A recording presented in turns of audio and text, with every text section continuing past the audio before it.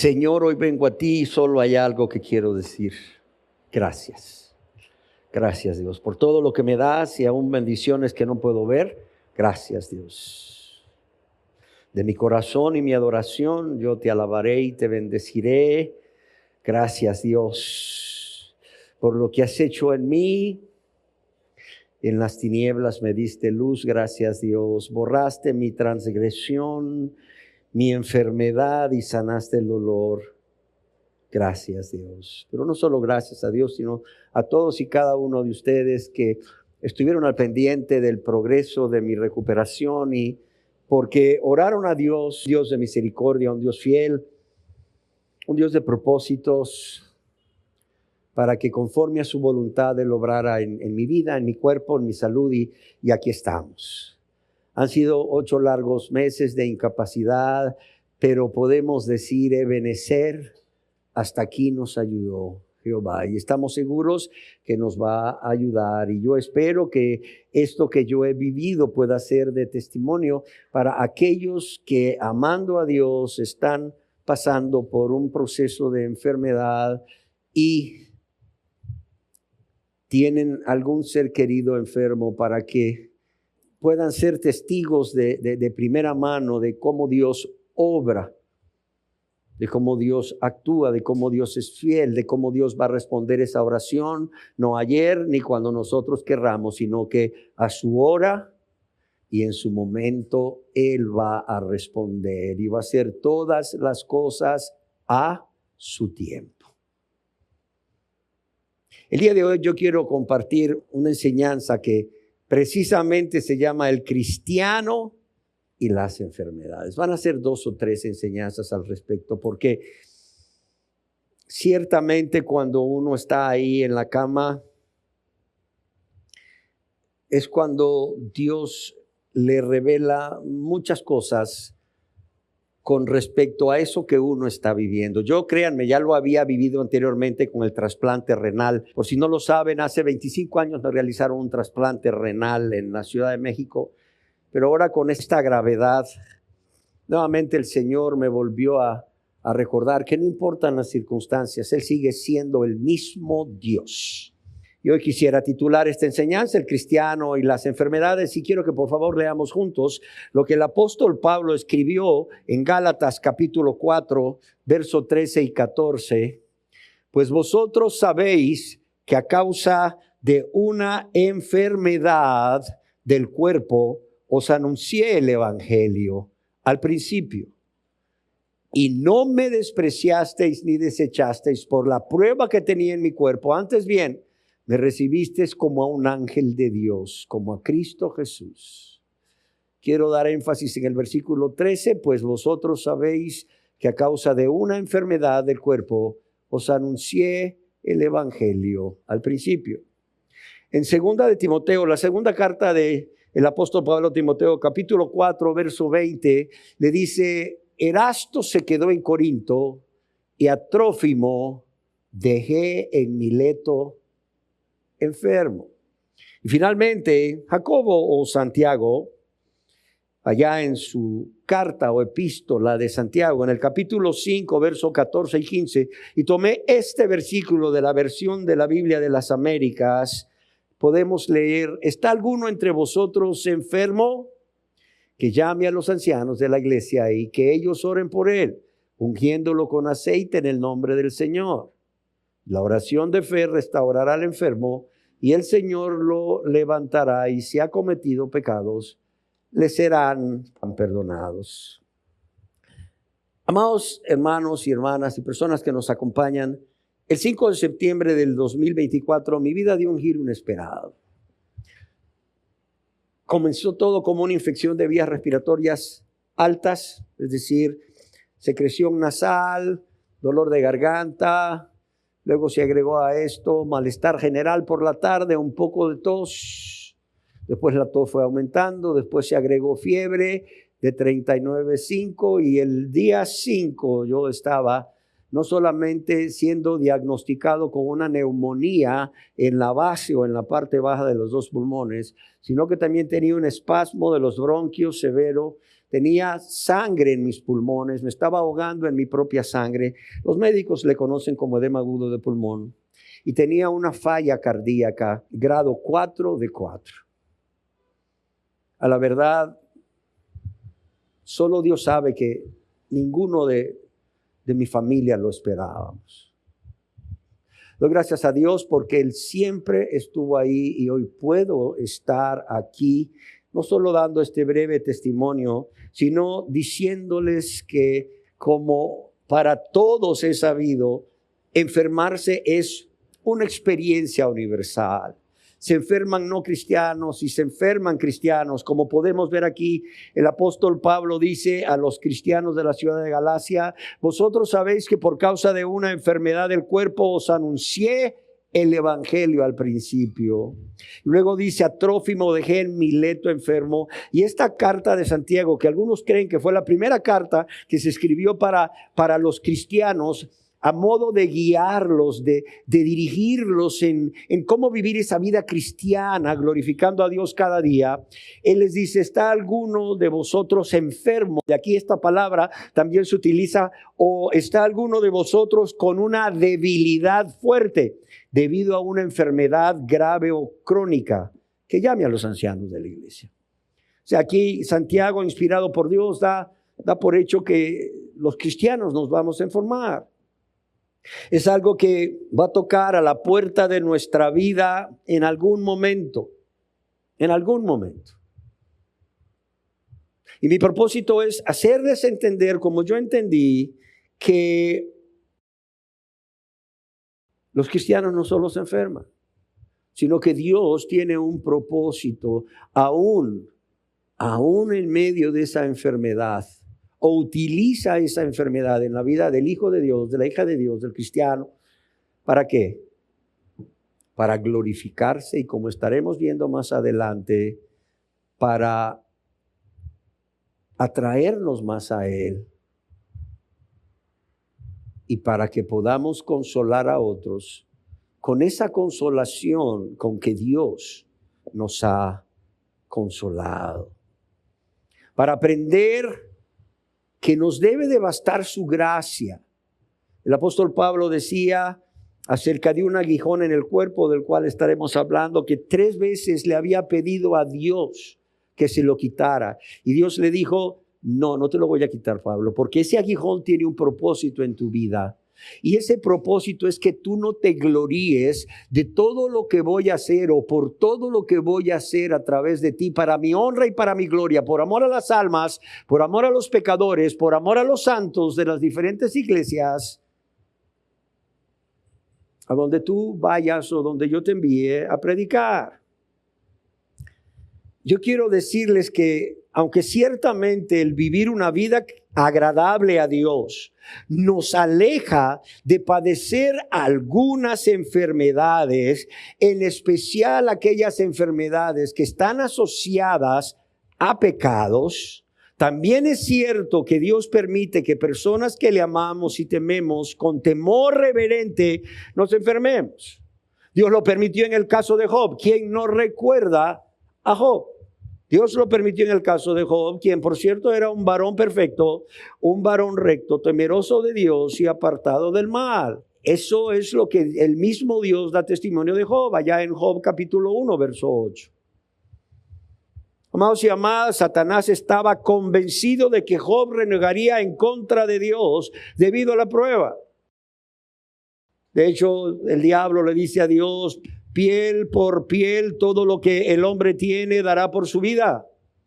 Pero extiende ahora tu mano y toca su hueso y su carne y verás si no blasfema contra ti en tu misma presencia. Job capítulo 2, verso 4.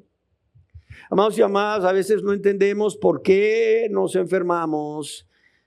Pero si tan solo pudiéramos ver esa batalla espiritual que se está librando en el cielo cuando un hijo de Dios, una hija de Dios se enferma de cualquier enfermedad, créanme que esto no solo traería regocijo a nuestras almas, a nuestras vidas, sino que también nos estimularía a buscar esa fortaleza que viene de Dios para que sea Dios quien triunfe en esta batalla.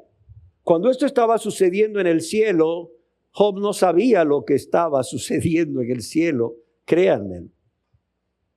Job no sabía de esta guerra espiritual que estaba sucediendo allá entre Dios y Satanás. Piel por piel, todo lo que el hombre tiene dará por su vida. Y le dice el diablo a Dios, pero extiende ahora tu mano sobre Job. Sí, toca sus huesos y su carne y verás si no blasfema contra ti en su misma presencia. ¿Y Dios qué hizo? Permitió que Satanás probara a Job. Dios permite que padezcamos enfermedades. ¿Para qué? No solo para probarnos, sino también para demostrarle a Satanás de quién somos hijos, de quién somos hijas. ¿Y cuál es el poder, cuál es la gracia y la bondad que Dios ha puesto a nuestra disposición? ¿Para qué? Para ser más que vencedores por Cristo Jesús, por aquel que nos amó. Podemos ver en el libro de Job que Dios permitió que Satanás probara a Job al decir, he aquí, él está en tu mano, mas guarda su vida. ¿Qué hizo el diablo? Salió Satanás de la presencia de Jehová e hirió a Job con sarna maligna, desde la planta del pie hasta la coronilla de la cabeza. Job capítulo 2, verso 7. Sin embargo, yo quiero decirles que la historia de Job no es el único relato que hay en la Biblia donde Dios permite o aprueba el sufrimiento por medio de una enfermedad en aquellos que Él recibe como hijos e hijas. El apóstol Pablo también sufrió de enfermedades. Ya lo leímos, como él le escribe a los Gálatas, pues vosotros sabéis que a causa de una enfermedad en mi cuerpo o del cuerpo os anuncié el evangelio al principio. Pero también Dios le reveló a Pablo cuál era el propósito para que él pudiera gozarse en medio de la enfermedad. Pablo menciona allá en 2 de Corintios capítulo 12 verso 7 cuál era el propósito por el cual Dios había permitido que Pablo enfermase. Dice, para que la grandeza de las revelaciones no me exaltase desmedidamente, me fue dado un aguijón en mi carne, un mensajero de Satanás que me abofetee para que no me enaltezca sobremanera. ¿Cuál es ese aguijón? Se han dicho muchas cosas, pero bueno, parece que en su primer viaje misionero, Pablo, habiendo sido apedreado en Listra, de tal manera que los que lo apedrearon pensaron que hasta estaba muerto, esto ocasionó un daño en varias partes de su cuerpo, o bien cayó gravemente enfermo cuando estaba ahí en la ciudad de Galacia, o otra de las versiones es que se fue al lugar de Galacia para su recuperación.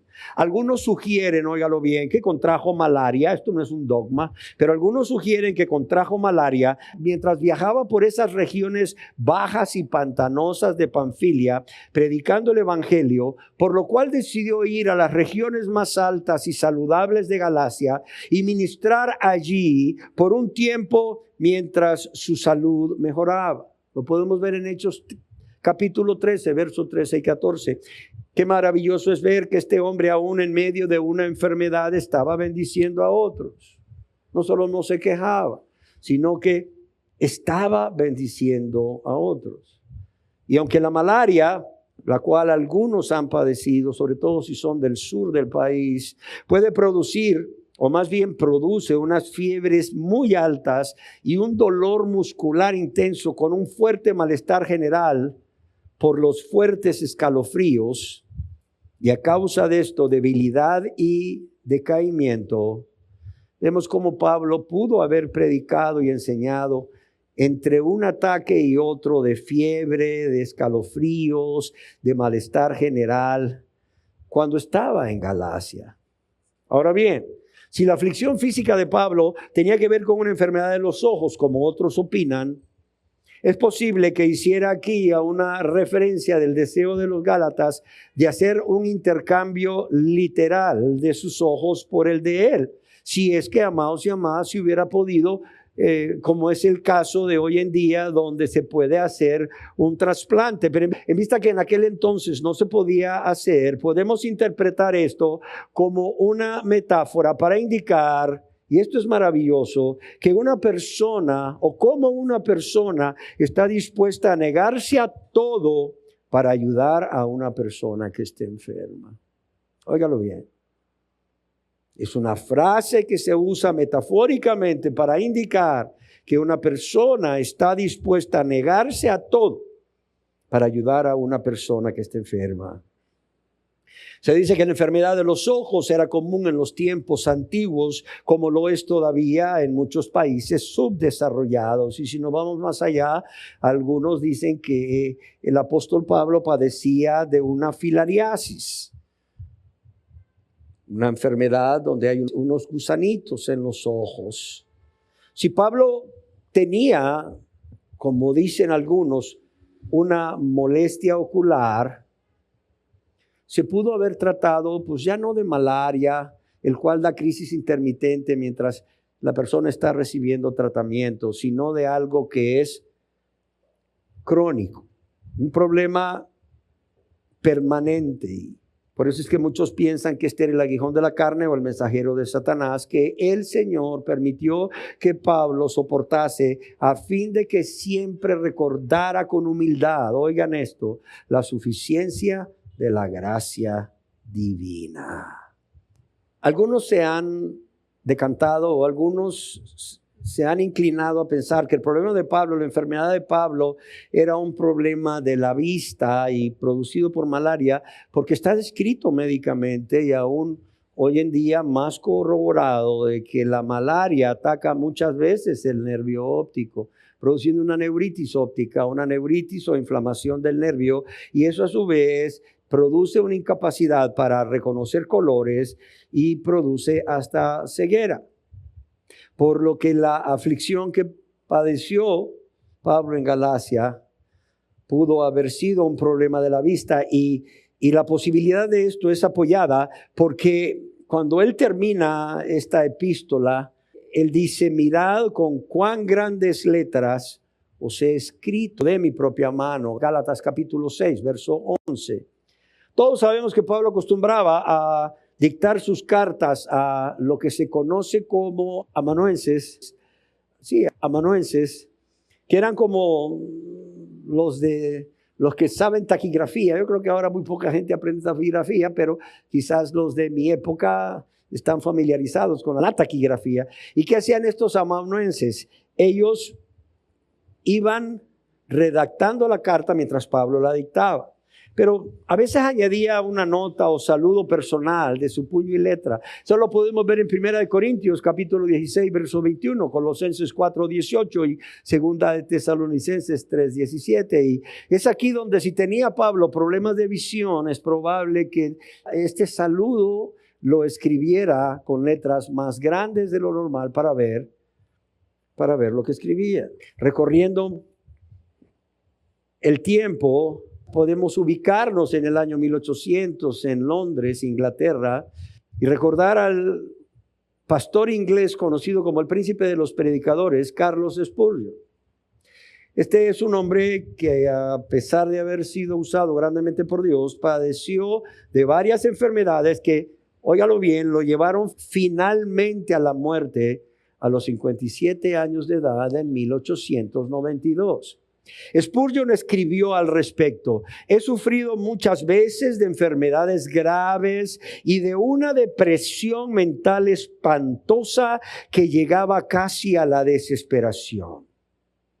Casi todos los años he sido apartado durante una temporada, pues la carne y la sangre no pueden soportar la tensión, al menos una carne y una sangre como la mía. Creo, sin embargo, que la aflicción me era necesaria y ha respondido a fines saludables. Yo quiero decirle que es maravilloso pensar que así como el apóstol Pablo escribió tantas cartas y sirvió tanto al Señor desde Jerusalén hasta el Ilírico, lo he llenado del evangelio, estando algunas veces enfermo, o muchas veces o siempre enfermos, si el problema de su vista era un problema crónico por atrofia del nervio óptico. También es interesante ver cuánto Spurgeon bendijo a las personas de su época, y no solo de Londres, no solo de Inglaterra, no solo de Escocia, sino de todo el mundo. Es más, hasta el día de hoy, los que nos gusta leer algo escrito por un hombre de Dios y serio, basado en la palabra de Dios, leemos o seguimos leyendo a Spurgeon y sus sermones. Yo quiero decirles que mientras su esposa Susana estaba postrada en la cama durante décadas, porque no solo Spurgeon estuvo enfermo, su esposa Susana estuvo postrada en cama durante décadas. El mismo Spurgeon contrajo viruela y sufrió gota crónica. Una dolencia que se intensificó con el tiempo, causándole más y más dolor y más dolor en las articulaciones. Es más, se dice que hasta incluso Spurgeon llegó a requerir el uso de un bastón para moverse.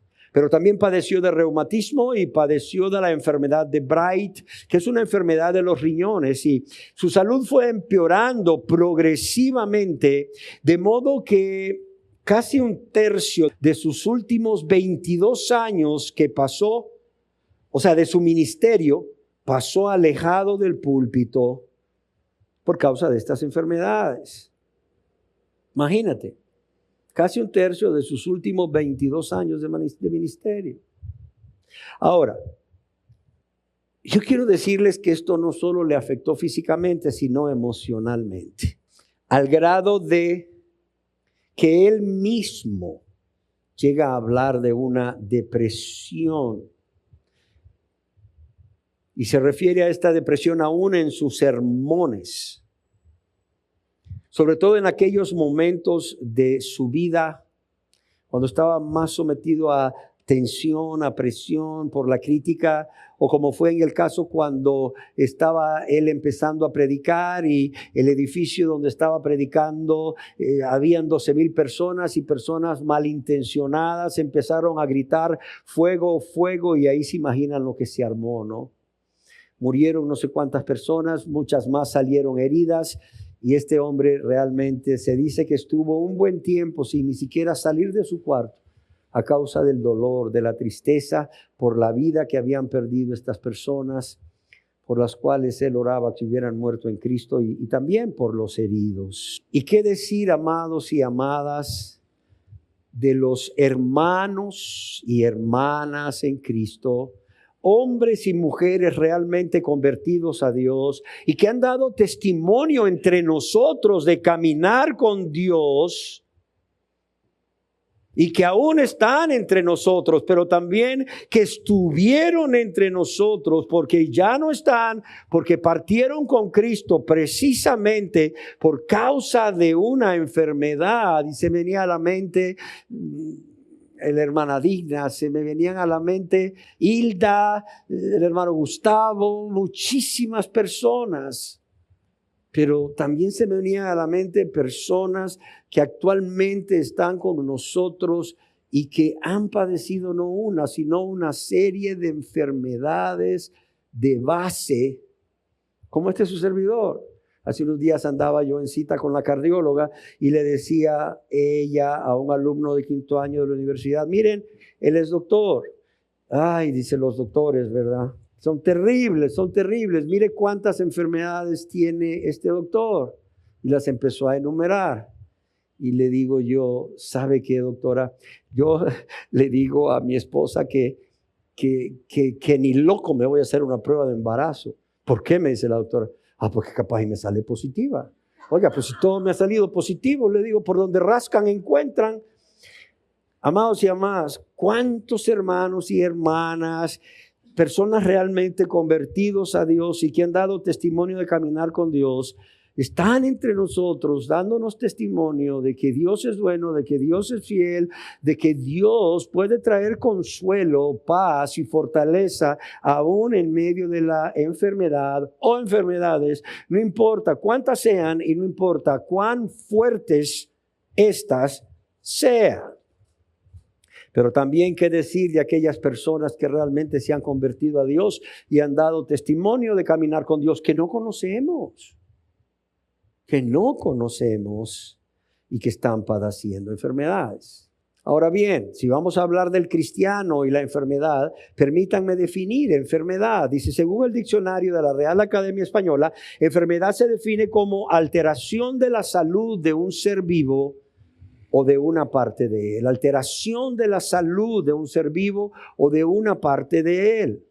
Según la Organización Mundial de la Salud, la enfermedad también se define como una alteración o desviación del estado fisiológico o la normalidad en una o varias partes del cuerpo por causas en general, óigalo bien, en general conocidas, manifestadas por síntomas y signos característicos cuya evaluación es más o menos previsible. O bien, para resumirlo y hablar en un lenguaje más entendible, un trastorno físico o mental, porque no solo es un problema físico, también puede ser mental, emocional, que limita las funciones del ser humano y disminuye o afecta la calidad de vida.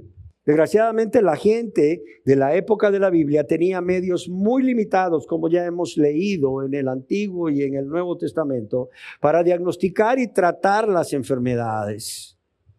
Quiero decirles que las personas mejores instruidas en ese entonces tenían una escasa comprensión de la anatomía, del funcionamiento del cuerpo del ser humano, de sus órganos, y aún menos conocimiento de la naturaleza de las enfermedades, de las bacterias, de los virus, de los trastornos inmunológicos.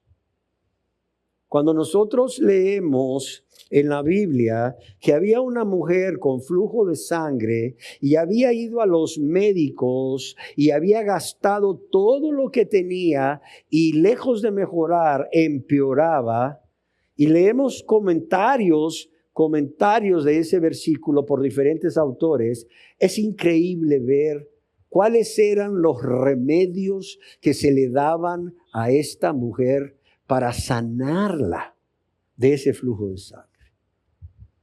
Es más, yo como médico cuando lo leía me reía y decía, ¿cómo es posible que hayan dado esto? Pero es que tenemos que entender que durante toda la historia de la humanidad las personas se han enfermado, los hombres de Dios se han enfermado, y que el conocimiento en aquel entonces era no solo limitado, sino que las enfermedades a menudo eran atribuidas al pecado o una maldición de un enemigo. Imagínate una persona enferma por una bacteria, por un virus. Imagínate una persona con lepra.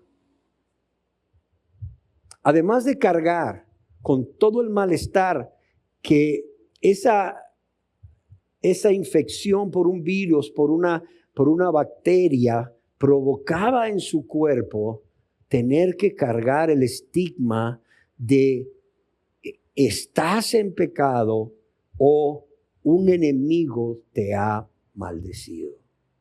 Aquí dirían, te hicieron un mal. Tenés que ir a que, ¿verdad?, te curen de ese mal, lo cual no estoy diciendo que sea correcto, pero es increíble cómo desde aquel entonces y aún se puede atribuir una enfermedad a un pecado o a una maldición de alguien. Ahora, no sé si alguna vez se hayan preguntado de cuáles son las enfermedades mencionadas en la Biblia.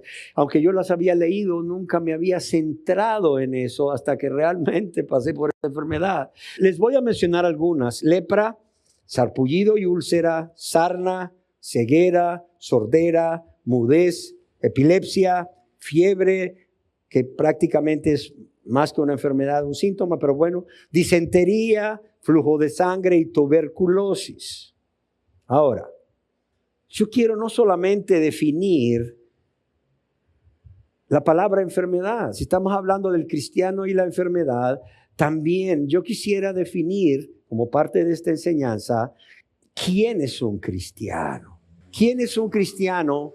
Para que cuando yo mencione la palabra cristiano, podamos estar en sintonía, o como se dice, podamos hablar el mismo lenguaje, o ustedes puedan entender a qué me estoy refiriendo. Quizás ustedes se pregunten, oiga, ¿será necesario definir quién es un cristiano? ¿Que un cristiano no es una persona que cree en Dios? ¿Que un cristiano no es una persona que ha aceptado a Cristo como su Salvador personal y que ora, que lee la Biblia, que apoya la obra de la iglesia con sus bienes? ¿Que un cristiano no es alguien que predica, hace misericordia y no deja de congregarse? La respuesta es sí y no. Ah, caray. Sí y no. ¿Por qué razón? Porque una persona que es verdaderamente cristiana va a hacer todo esto. ¿Sí me entiende? Pero alguien que haga todo esto no necesariamente es cristiano. No sé si me explico. Alguien que haga todo esto no necesariamente es cristiano. ¿Y por qué hago énfasis en esto? Porque yo he conocido muchas personas, ya sea que practiquen una religión o no, ya sea que asistan a las asambleas públicas de su religión o no, cuando están padeciendo una enfermedad, ellos se consuelan a sí mismos diciendo, ay, es que estoy como Job. Pero yo sé que pronto esto va a pasar. Yo sé que Dios me va a bendecir grandemente como bendijo a Job. Y cuando yo los escucho y cuando yo conozco un poco más de sus vidas y me doy cuenta que no solo no se han arrepentido y ejercido fe en Jesucristo para perdón de todos sus pecados de manera completa e inmediata, y menos que el Señor Jesucristo sea el Señor, sea quien gobierne sus vidas, cuando indago un poco más y me doy cuenta que estas personas están practicando pecado, yo pienso, pobre persona. ¿Por qué? Porque está tratando de buscar consuelo donde no lo va a encontrar. ¿Por qué? Porque el decir yo estoy como Job no se le aplica a sus vidas, porque tenemos que entender que Job era un varón ¿cómo? Era un varón perfecto. Era un varón recto, ¿sí o no? Era un varón temeroso de Dios y apartado del mal. Pero hay millones de personas, igual, quizás ustedes lo dijeron, yo lo dije cuando no éramos convertidos, o conocen a alguien que no es convertido, pero pues pertenece a una religión que ha dicho esto, es que estoy como Job. Por eso es necesario aclarar quién es un cristiano para no caer en esas falsas consolaciones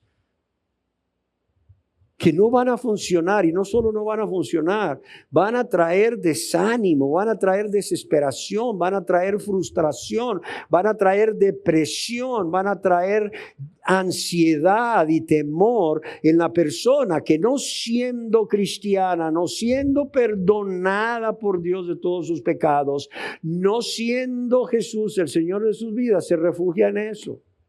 No sé si me explico. Es como que alguien huyendo de un oso se vaya a meter a una cueva a refugiarse y resulta que se fue a meter a la cueva del oso. O sea, no te va a funcionar.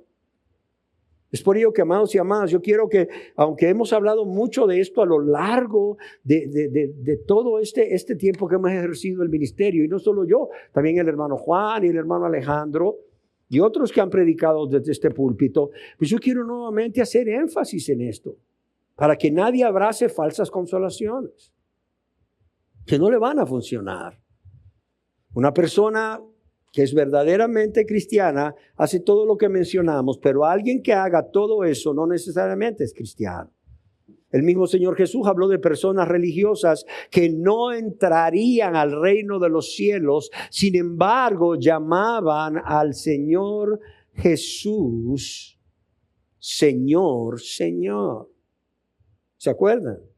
Es por eso que en Mateo capítulo 7, verso 21 al 23, el Señor Jesús, lleno de amor, lleno de compasión, viéndolos en su engaño, viendo cómo si no se les aclaraba este engaño, estas personas no solo seguirían justificándose a sí mismas, sino que también no se convertirían a Dios. Les dice, no todo el que me dice Señor, Señor entrará en el reino de los cielos, sino ¿quién? El que dice Señor, Señor. pero que hace la voluntad de mi Padre que está en los cielos. Y amados y amadas, esto significa sin lugar a dudas una sola cosa, que no basta con simplemente llamarse cristiano. No basta aún con creer en Dios, no basta con orar, con leer la Biblia, con apoyar la obra de la iglesia con sus bienes, aún con compartir el evangelio con otros de las diferentes maneras, o hacer misericordia, o no dejar de congregarse como algunos tienen por costumbre. Se necesita que Dios, que Jesús sea nuestro Señor en el sentido literal de la palabra, nuestro amo, nuestro soberano, nuestro rey, el único que tiene derecho a gobernar nuestra vida, y de hecho lo hace. Él gobierna nuestra vida, nuestra voluntad está sujeta a Él y a su palabra, la Biblia. Y no está sujeta a nuestra manera de pensar, no está sujeta a nuestros deseos de la carne, de los ojos, o la vanagloria de la vida, y no está sujeta a nuestros caprichos. Amén. El apóstol Pablo también nos habla de falsos hermanos. Óigalo bien, falsos hermanos. Oiga, esto no es nuevo, ya desde entonces habían falsos en medio del pueblo. Yo no sé si ustedes se acuerdan de aquel famoso Sanbalat, del famoso Tobías, por decir algunos nombres del Antiguo Testamento, que estaban ahí supuestamente siendo parte del pueblo de Dios, pero en realidad no eran parte del pueblo de Dios. Y Pablo dice en varios pasajes de la Biblia, uno de los más conocidos es Gálatas 2:4, donde Pablo habla de falsos hermanos que se infiltran, dice, para espiar la libertad en Cristo y esclavizar a los creyentes. Gálatas 2:4. Falsos hermanos que se infiltran en la iglesia para espiar la libertad en Cristo y esclavizar a los creyentes. Y otro versículo es el que está en 2 de Corintios, capítulo 11, verso 26, en donde Pablo habla, óigalo bien, del peligro de falsos hermanos. No solamente existen falsos hermanos, sino el peligro que implica un falso hermano para la vida espiritual y aún para la vida física de un verdadero cristiano. Y amados y amadas, muy tristemente con el paso del tiempo, la palabra cristiano ha perdido mucho de su significado y a menudo es utilizada para describir a una persona religiosa que pueda tener altos valores morales. Alguien bueno, conforme a los estándares de la sociedad, pero no conforme a la palabra de Dios. Y se confunde con un verdadero seguidor de Jesucristo. Hermanos y amadas, mucha gente no se ha convertido a Jesús, no le pueden llamar Señor. Sin embargo, hoy en día son considerados cristianos y estos se cuentan por millones. Simplemente porque, como decíamos, asisten a la iglesia y hacen toda una serie de obras, o lo que es peor, porque viven en una nación cristiana, entre comillas, como sucedió allá en las tierras gobernadas por el Imperio Romano, allá en el siglo IV, cuando el emperador romano era Constantino I el Grande, y en donde todos los ciudadanos del Imperio Romano vinieron a ser cristianos. ¿Por qué? Porque el cristianismo se vino a convertir en la religión del Estado. Y mientras fueron perseguidos, los cristianos se refugiaban en Dios.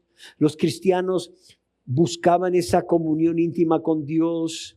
Los cristianos se gozaban de la paz que solo Dios puede darles. Los cristianos se desprendían de todo. Los cristianos se amaban unos a otros con amor entrañable. Los cristianos se hacían misericordia unos con otros y también con aquellos que no eran cristianos, y Dios era glorificado grandemente. Es más, los cristianos morían en muchos lugares, entre ellos el Coliseo Romano, por Cristo. Y como dijo Tertuliano, que en ese entonces era un hombre incrédulo, la sangre de los mártires es semilla ¿Es semilla para qué? Es semilla para el evangelio, semilla para el cristianismo.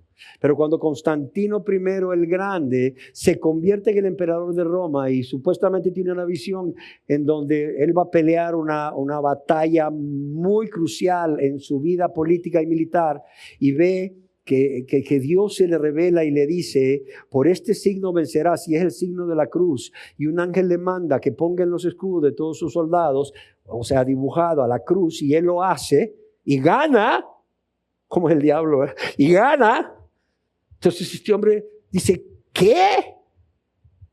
Y ese es el cristianismo, la religión del Estado, y todo el mundo era cristiano. O también como en Estados Unidos de Norteamérica, donde, híjole, fue una nación fundada con bases puritanas, con bases bíblicas, pero no todos los que nacen en ese país son cristianos, así como el 70% de evangélicos son cristianos. Porque no sé si ustedes saben, en Estados Unidos, a diferencia del resto de América, la mayoría de los ciudadanos son evangélicos, no son católicos. Solo una minoría. Es más, de hecho, de todos los presidentes que ha tenido Estados Unidos, desde George Washington, que fue el primer presidente, hasta Donald Trump, solo han habido 2 presidentes católicos. ¿Quiénes han sido? John F. Kennedy y Joe Biden. Pero en Estados Unidos todo el mundo es cristiano. Todo el mundo es cristiano. Amados y amadas, cuidado, cuidado. Cuidado. El apóstol Pablo nos manda a examinarnos a nosotros mismos, a probarnos a nosotros mismos para ver si estamos en la fe. ¿Por qué? Porque ser miembro de una iglesia, asistir regularmente y dar para la obra de la iglesia, lo cual es parte de la vida de un verdadero cristiano, pero insisto para que nadie se engañe. Si no ha habido regeneración del corazón, si no ha habido nuevo nacimiento, si la persona no es una nueva criatura, esto no es más que un peligrosísimo engaño. Yo quiero decirles que los seguidores de Jesucristo fueron llamados cristianos. Pequeños Cristos, óigalo bien, cristianos, pequeños Cristos por primera vez en una ciudad llamada Antioquía. ¿Y por qué les llamaron cristianos? Por su comportamiento, por su forma de ser, pero también por su forma de hablar. Estas personas miraban que este grupo, al principio reducido de personas que se identificaban como discípulos de Jesús, no solo pensaban y hablaban como Él, actuaban como Él. Lo que pensaban y decían estaba en consonancia con lo que hacían. O sea, no es como ahora que piensan una cosa, dicen otra cosa y viven de una manera muy diferente. Ciertamente, al principio la intención de los que les llamaban cristianos fue ofenderlos. Sí. Sin embargo, todos, después de convertirnos a Dios, podamos dar fe y testimonio de que realmente el que le llamen a uno cristiano es un honor. ¿Por qué? Porque está indicando o quiere decir que la persona está viviendo como Cristo quiere. Y fíjense a lo que digo, no las personas que se llaman cristianas, y no está mal llamarse cristiano, pero a las que les llaman cristianos, es un honor. Porque realmente esto es una prueba de que estamos reflejando a Cristo. Amén. Ahora, ¿cómo saber si una persona realmente es cristiana o no? Porque hay muchos que dicen, es que usted no sabe lo que hay en mi corazón. ¿Sí o no? A mí me lo han dicho en la administración personal. Quizás a ustedes se los han dicho cuando ustedes comparten el evangelio con otra persona. Mire, es que usted no sabe lo que hay en mi corazón. Solo Dios puede conocer mi corazón. El apóstol Pedro sabía lo que había en el corazón de Simón el mago, ¿sí o no? Claro que sabía. Lean la historia en el libro de los Hechos de Simón el mago y te vas a dar cuenta cómo el apóstol Pedro sabía lo que había en el corazón de Simón. ¿Por qué? Por sus frutos. Jesús mismo dijo, por sus frutos los conoceréis. Y es que la única manera real para nosotros de saber si alguien se ha convertido verdaderamente al cristianismo y es verdadero cristiano o no, es observando su vida exterior. Porque la conversión, amados y amadas, es un cambio interior que Dios hace por medio de su Santo Espíritu, que se refleja exteriormente. No sé si me explico. No podemos reflejar en nuestro exterior lo que no hemos vivido en nuestro interior, como es la regeneración del corazón o el nuevo nacimiento. Yo generalmente pongo un ejemplo que luego da risa, pero es cierto. Todos ustedes han ido al hospital escuela, qué difícil es entrar ahí, ¿verdad? Policía al que hay que mostrarle la referencia o explicarle por qué quieres llegar. Yo recuerdo cuando era interno que había un policía que hacía diagnósticos de hepatitis. Eran tantos los niños que habían pasado por ahí, le decía, ¿qué trae su hijo, señora? Mire que trae los ojos amarillos. Ah, mire que la piel la tiene amarilla. Ah, ya. Y mire que más tiene su niño, ¿verdad? No, pues que mire que está haciendo pupú blanco y orinando oscuro. Ah, ya. Vaya ahí a la emergencia de pediatría, ¿no? Pues tenía viene mal. Luego cuando salía le decían, señor, ¿y qué le dijeron de su niño? Que tiene hepatitis. Y él se lo grababa. Cuando llegaba otra señora que le explicaba lo mismo, le decía, su niño tiene hepatitis, vaya a la emergencia. O sea, ¿a dónde quiero llegar? La inflamación del hígado, el cual no vemos, a menos que sea a través de un ultrasonido, métodos invasivos de radiodiagnóstico, lo que hay en el hígado, la inflamación del hígado, sí la podemos ver a través de los signos que presenta un paciente, que son los que acabo precisamente de describir. Sí se entiende esto. ¿Por qué digo esto? Porque luego la gente dice, cuando es confrontada con su pecado y cuando a causa de practicar un pecado se le dice, usted es hijo del diablo porque el diablo peca desde el principio y usted practica el pecado, inmediatamente dicen, no, yo soy hijo de Dios. Recuerdo que por 2 años ministré a una persona que, por cierto, llegué a tenerle mucho cariño, pero nunca se convirtió. Y cuando terminó la ministración, después de 2 años de vernos semanalmente, lo cual no me arrepiento, porque todo se le explicó a este varón. Cuando terminó la administración, cuando me dijo, ¿sabe qué? No importa lo que usted me diga, yo soy hijo de Dios, yo soy cristiano, yo amo a Dios. Y usted no me va a sacar de ahí. Le dije, bueno. Y se fue bien perdido. Amados y amadas, sí se puede saber lo que hay en el corazón de la persona. Sí se puede saber. Porque Dios mismo nos lo revela, Dios mismo nos los manifiesta, como el Espíritu Santo se lo reveló a Pedro con respecto a Simón el mago. Por eso debemos de buscar, amados y amadas, es más, nosotros mismos debemos examinarnos para ver si hay frutos de nuestra fe en nuestras vidas y si hay frutos de conversión a Dios. Santiago escribió inspirado por el Espíritu Santo en Santiago capítulo 2, verso 18 al 20, y voy a leer otra versión de la Biblia que no es la Reina Valera. Muéstrame tu fe sin obras y yo te mostraré mi fe con mis obras. ¿Tú crees que hay un solo Dios? Bien, hasta los demonios lo creen y tiemblan. Hombre necio, oiga bien cómo le llama. Hombre necio, ¿quieres pruebas de que la fe sin obras es inútil? Y como decíamos, el Señor también dijo allá en el Evangelio según San Mateo, capítulo 7, verso 20 y 21, así que por sus frutos los conoceréis, por sus frutos los conoceréis. Y ahí es donde él dice, no todo el que dice Señor, Señor entrará en el reino de los cielos, sino que el que hace la voluntad de mi Padre que está en los cielos. En otra ocasión Jesús con mucho dolor dijo, ¿por qué me llamáis Señor, Señor, si no hacéis lo que yo os digo? Si una persona no muestra ningún fruto, óigalo bien, si usted no muestra, para personalizar, ningún fruto como ser frutos dignos de arrepentimiento, cambio de vida radical con la ayuda de Dios, un rechazo, un abandono a la vida de práctica de pecado con la ayuda de Dios, frutos de justicia, de rectitud, una vida de santidad, fruto del Espíritu en su vida.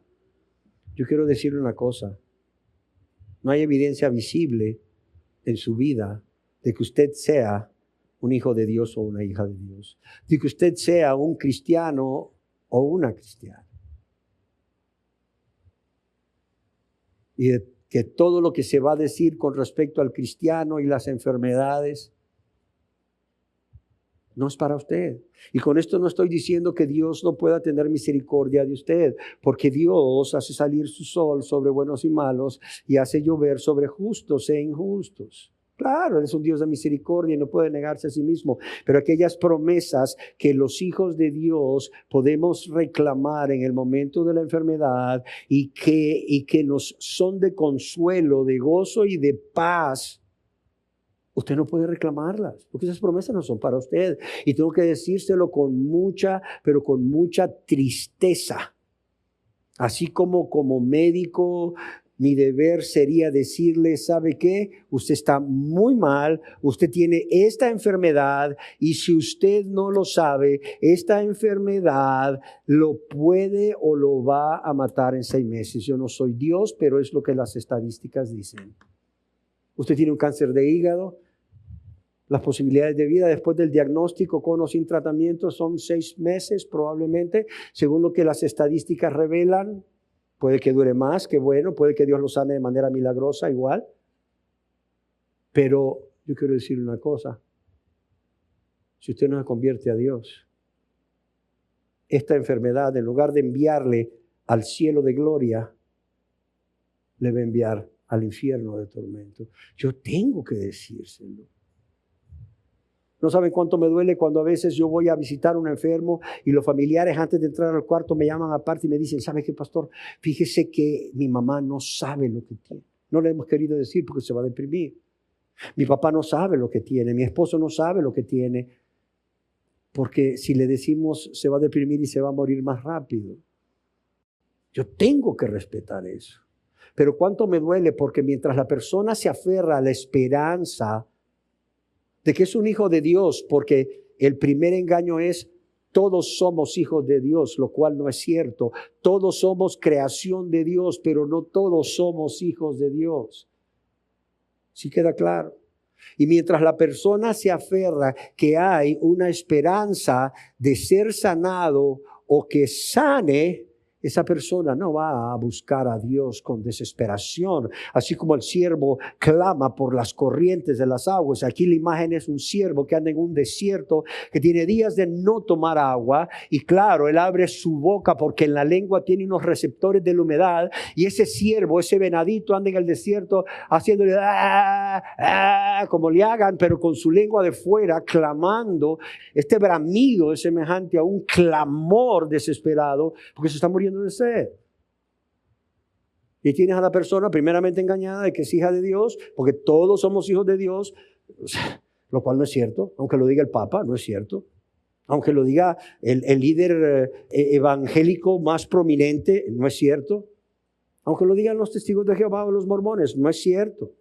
La única autoridad nuestra es la Biblia, y Dios dice a través de el apóstol Juan que no todos somos hijos de Dios, sino quienes venimos a ser hijos de Dios. Dice, mas a todos los que le recibieron, a los que creen en su nombre, les dio potestad de ser hechos hijos de Dios. Juan 1:12. Y el verso 13 dice, los cuales no son engendrados de sangre, ni de voluntad de carne, es decir, los cuales no son hijos de padre y madre, ¿verdad? Ni de voluntad de varón. Ay, es que quiero conocer mi descendencia. Tengamos un hijo, amor.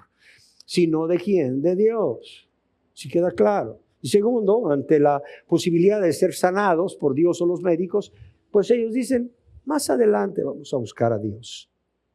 Muchísimas gracias por venir, por hablarme de la palabra de Dios. Qué bonito me habló usted, pero otro día platicaremos, ¿no? Y ese otro día es nunca. Porque la próxima vez que llegues, le va a decir a los familiares, diles que no me siento bien, que no estoy en condiciones de recibir a nadie. Qué triste, qué triste. Pero amados y amadas, Dios es claro en su palabra y nos dice que si la persona no muestra ningún fruto, como son frutos dignos de arrepentimiento, frutos de justicia y el fruto del Espíritu Santo descrito en Gálatas 5, como amor, gozo, paz, paciencia, benignidad, etc. Esa persona no es cristiana. Es más, todo eso te va a llevar seguramente a una ausencia completa de evidencias visibles de un cambio que primeramente ha sucedido en tu corazón desde que recibiste a Jesucristo como tu Salvador personal y Él vino a ser el Señor de tu vida. Luego la gente dice, pastor, ¿y usted cómo sabe si soy cristiano o no? O sea, ¿tú crees que yo dejé la medicina, la pediatría, la inmunología clínica? No. O sea, yo dejé todo eso ¿para qué? Para ir y predicar el evangelio a toda criatura y para que el sacrificio de Cristo no sea en vano y Él pueda decir al ver el fruto de su aflicción que esa muerte en la cruz no fue en vano. Pero la gente se molesta. La gente se molesta. Pero es mi deber decirlo. Siempre hemos afirmado que los hechos o las obras no salvan a las personas, pero sí, créanmelo, son una buena evidencia de que la persona es salva. Y es a través de estas evidencias bíblicas, de estos frutos bíblicos, que así como los médicos pueden diagnosticar una enfermedad, los pastores podemos diagnosticar por la guianza del Espíritu Santo y la palabra, y lo que la persona nos revela si es cristiana o no. Así es que si tú has sido serio con lo que hemos dicho hoy y empiezas a buscar en tu vida frutos dignos de arrepentimiento, como es un rechazo, un repudio al pecado, un apartarse del pecado con la ayuda de Dios, frutos de justicia, frutos de una vida recta, en donde tus pensamientos, tus sentimientos y tu voluntad están alineadas con la de Dios. Y has sujeto tu voluntad a la voluntad de Dios y haces lo que Dios quiere que hagas, y el fruto del Espíritu Santo en tu vida, como ya los mencionamos. Amado y amada, no te engañes. Dios no me sacó de la muerte y me trajo aquí para engañarte, sino para decirte la verdad. Pero amado y amada, si Dios te da testimonio por medio de su Espíritu, si el Espíritu Santo de Dios da testimonio a tu espíritu de que eres un hijo de Dios, de que eres una hija de Dios, yo quiero decirte que aunque tengas enfermedades, tu vida y tu enfermedad tienen un propósito. Y para esto quiero finalizar leyendo una porción del libro Lecciones desde la cama de un hospital de John Piper. Y oiga bien lo que escribió John Piper. A los cristianos que están padeciendo una enfermedad, tu vida y tu enfermedad tienen un propósito. No eres la víctima de mutaciones genéticas al azar, ni de anomalías genéticas accidentales, de virus clandestinos y de moléculas inconformistas o de desafortunadas coincidencias. Si esa fuera la clase de mundo en el que vivimos, seguramente ya no estaría escribiendo este breve libro, porque no habría significado ni esperanza. Tú y yo no seríamos más importantes que el colchón en que descansas, siendo solamente la combinación más complicada de moléculas. Continúa escribiendo Piper, los acontecimientos tienen significado cuando hay alguien a cargo que significa algo para ti y tú significas algo para él. Y esa persona que significa algo para el que está enfermo y ama y teme a Dios es Dios mismo, su Padre, su Creador. Y la persona que tiene significado para Dios eres tú, cristiano, cristiana, enfermo, enferma. No importa la enfermedad, no importa qué tan grave sea, desde una gripa hasta una insuficiencia cardíaca, grado funcional 4 de 4, no importa. Óyelo bien. Dios proclama estas palabras sobre tu vida. Si eres cristiano, como lo hemos descrito aquí, mi plan se realizará y haré lo que yo quiero. Mi plan se realizará y haré lo que yo quiero. Amén. Dios está ocupado, dice ahora mismo, mientras estás enfermo o enferma, en hacer que todas las cosas ayuden para tu bien eterno. Para tu bien eterno. Romanos 8:28. Y, óyelo bien, Dios no va a fracasar. Dios no ha fracasado y no va a fracasar. Los doctores, las enfermeras o incluso los miembros de tu familia tienen planes para ti, pero solo hay un plan seguro que da un significado firme y eterno a tu vida. Muchos planes hay en el corazón del hombre, pero solo el propósito del Señor se cumplirá. Y finaliza diciendo, no necesitamos preocuparnos por lo más mínimo, pues ni siquiera un pajarito cae a tierra sin que sea la voluntad del Padre Celestial. Mateo 10:29. Cada jugada de dados en un casino, por no decir cada tratamiento médico, no se escapa de la vista de Dios. Él sabe quién tira los dados amañados, pero también Él sabe dónde estás, qué enfermedad padeces, qué tratamiento te están dando, cómo te trata el médico, cómo te tratan las enfermeras. Sí, Él sabe todo eso. Él sabe cómo se queja el paciente que está a tu lado toda la noche, que no te deja dormir.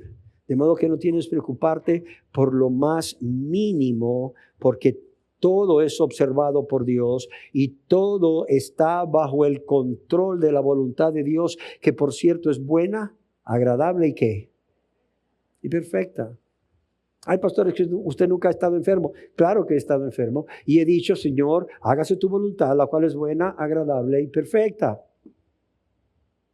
Amados y amados, el poder decir, Señor, no entiendo, pero creo en ti y creo que eres un Dios bueno, un Dios de amor, un Dios de misericordia, un Dios que tiene sentimientos o pensamientos de bien para mí, no de mal, un Dios que todo lo que permite obra para mi bien, un Dios cuya voluntad es buena, agradable y perfecta. Señor, eso me da consuelo, eso me da ánimo, eso me da gozo, eso me da paz en la enfermedad o en la muerte de un ser querido.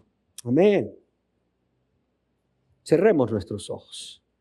Todos vamos a padecer enfermedades, cristianos o no cristianos. ¿Cuál es la diferencia? Que el que no es cristiano depende de la sabiduría humana de un médico para hacer un buen diagnóstico y dar un buen tratamiento. Pero el que es cristiano, además de esto, está confiando a alguien que está por encima del médico, que es Dios. Que por cierto no solo es Dios, es su Padre, es su Padre, es su Señor y su Salvador. Señor, que hoy podamos entender que los cristianos no solo se enferman, sino que tú estás en control aún en medio de la enfermedad del cristiano y tú tienes un propósito para esa enfermedad en la vida del cristiano y va a ser muy diferente el trato que tú vas a tener con alguien que es cristiano y con una persona a quien les muestras lo básico de tu misericordia, porque aún no se convierte a ti, Señor.